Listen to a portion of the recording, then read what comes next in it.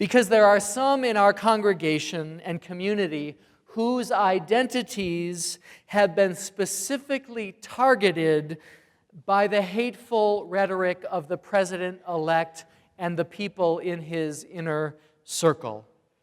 And for many in that situation, the sense of fear and vulnerability is particularly acute right now. One of the things the progressive community really needs to realize is the legitimate kind of economic anxiety that fueled a lot of the support for Trump, and the fact that, a lot of people who voted for Barack Obama twice voted for Donald Trump this time, and it's not because they were haters, right? I don't think. I think it's because they don't see who's there to look out for their economic interests. So I think that's actually a place where Trump supporters and the left can find common ground. There are members of our congregation who are Muslim, singled out by the president-elect for suspicion. Some are immigrants who now fear for the possible deportation of themselves or their loved ones. There are Black and Latino members of our congregation who worry that their lives may matter less in a Trump administration. There are women who fear for access to reproductive health, victims of sexual assault, who in some cases have been re-traumatized because the nation just elected someone who boasted of sexual assault. There are queer people who fear that recent gains in our civil liberties will be rolled back, and trans people who fear they'll never get them in the first place. When you hear the president-elect say that gay marriage is settled law, you know that he criticized the bigoted bathroom law from North Carolina. Does a small part of you ever say, my family is possibly going to be okay?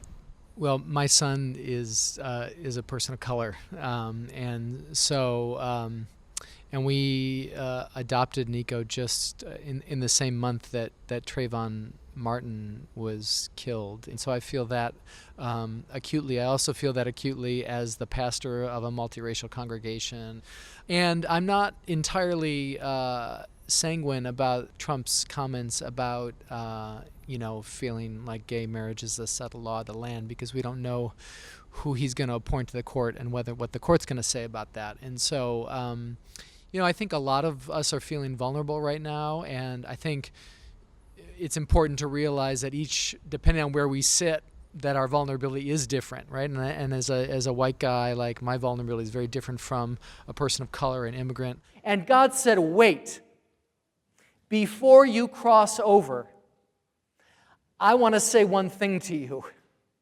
When you reach the promised land, you will set up amongst you cities of refuge for the alien resident among you, for the poor and the widow and the oppressed. They will serve as sanctuaries for the oppressed. This is the biblical notion of sanctuary. Even the Romans abided by this principle of sanctuary, saying that secular authorities stopped at the walls of the church, and if someone was fleeing unjust persecution by the government, they could find sanctuary in the church, and the secular authorities couldn't pursue them there. Friends, I've been thinking a lot since Tuesday about this idea of sanctuary, and we don't know what the future may bring.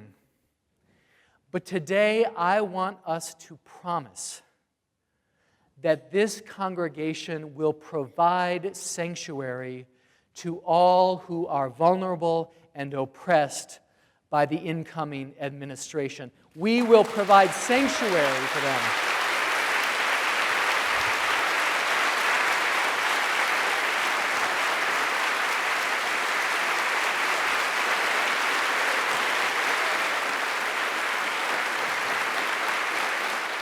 What do you say to people who, for whatever reason, don't feel a tremendous amount of concern when they hear Donald Trump target a group that is not their own community? Should we be mad at those people? I really believe a lot of the folks who voted for Donald Trump aren't as mean-spirited as the campaign that Donald Trump ran, right? And so I think if we share the stories of the kinds of fears and vulnerabilities that people feel with the prospect of the Trump administration, that we can kind of speak to people across that divide, and letting people know that these aren't just political issues. Immigration's not a political issue. It's a personal issue for people who are affected by it. Racial justice isn't a political issue. It's a personal issue for people who are people of color. And so the folks for whom it's personal need to be able to share how and why it's personal. I think that can be effective. It's not clear which Donald Trump is going to show up as president. I think he or who's going to pull the strings in a Trump presidency. I think we need to be prepared to fight like hell, and I think we need to be prepared to extend a hand. And in some cases, we might end up doing both. I'm sure we'll be doing both over the course of the next 4 years.